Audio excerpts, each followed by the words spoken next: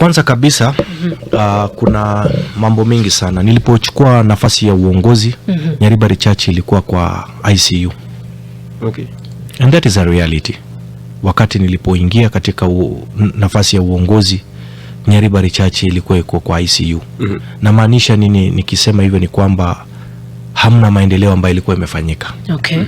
Kwa hivyo niliingia nikapata store iko empty.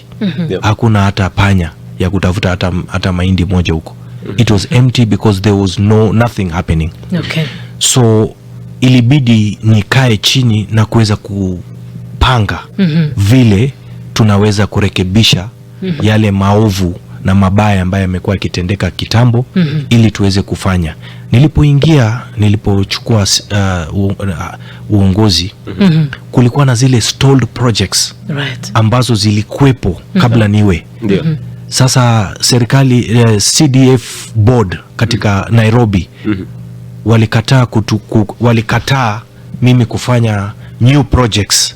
Kwa sababu kulikuwa na stalled projects ambazo zilikuwa ni hewa. Zilikuwa zimefanyika kidogo. Acha nikupe mfano. Ndio. Kiogoro Police Station. Okay. Iliwekewa shilingi milioni karibu 15. Ndio. Contractor hakuweza kufanya kazi yoyote. Alifanya kazi kama 1%. Yes. Lakini pesa ilitoka kwa account ya CDF ilikuwa milioni 15 yote. Contractor anadai pesa na kazi haijafanyika. Na hakuna kazi ilifanyika, lakini pesa zilitoka.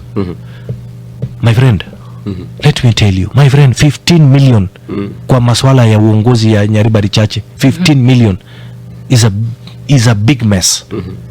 Keumbu Police Station, another 15 or 18 million ilikuwa imewekewa. Hakuna kitu ilifanyika.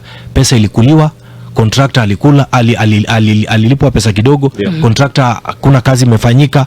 Contractor ameenda kotini, amesimamisha CDF. So kulikuwa na changamoto chungu mzima. Lakini nilipoingia nikakaa chini na wao, nikajaribu kuongelesha. Ndio. Nikupe mfano. Naam. KMTC. KMTC. Ndio. Ambaye iko pale Ibeno. Ilikuwa imewekewa milioni 34. Ndio. Pesa ilipotea. KMTC ikawa hewa.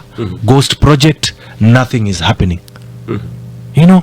So it took so much for me to sit down with na wale macontractor, kuweza kujaribu kuongea, kutoa kesi kotini, kuweza kukaa na kutafuta njia mwafaka, suluhisho, kuhakikisha tuwe na out of court settlement, ili hawa watu waachane na hizo mambo, ili tuweze kutafuta hela, tukaallocate, tuweze kujenga hizo institutions zetu. Nikupe mfano muhimu tafadhali. Kiogoro Police Station, pesa ilipotea. Kukaenda Amariba, ikajengwa police station nyingine. So ninauliza, kwa nini tunajenga police station hii kila pua na mdomo? Why do we need a police station? So ile police station ilikuwa imejengwa Amariba. Nilipokuwa mjumbe, nikaenda pale, nikasema, nikaongea na raia, wananchi wa hiyo area. Nikawauliza, mnataka police station ama mnataka hospitali?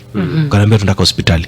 Sasa tumekubaliana hiyo police station, tumefanya public participation. Tumesema sasa tuweze kuweka hospitali isaidie watu wetu. So nilipochukua uongozi, there was a lot of mess. Lakini leo hii nimefanya mambo mingi sana. Barabara za Nyaribari chache kwa zile miaka ambao wale viongozi walikuwa pale, especially the last 10 years. I'm talking about the last 10 years. Sikuwahi kuona, Nyasaye is my witness, barabara hata tingatinga moja ikitengenezwa. Lakini leo hii tuna mabarabara chungu mzima ambazo kwamba nimezitengeneza. Na wananchi wa Nyaribari chache wanaweza kuthibitisha kwamba mjumbe wao Zahir Janda ameweza kutengeneza barabara.